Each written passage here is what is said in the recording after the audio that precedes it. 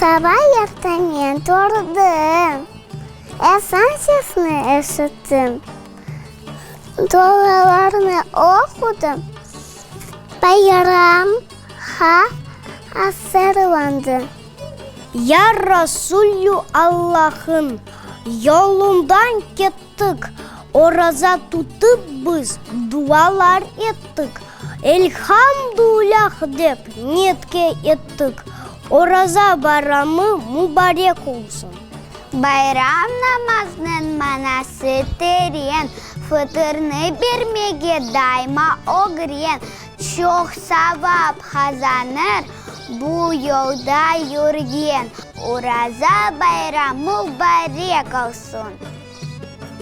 Tövbeler eyledik duanın hakka, her akşam namaz için dizildik safha. Tebessüm seferek olsun sadaka, oraza bayramı mübarek olsun. Bayramda şenlik var, bayramda kıvanç, bayramda her kimde dostluk var, işaç, bayramda gönlünü yaradanğa aç, oraza bayramı mübarek olsun.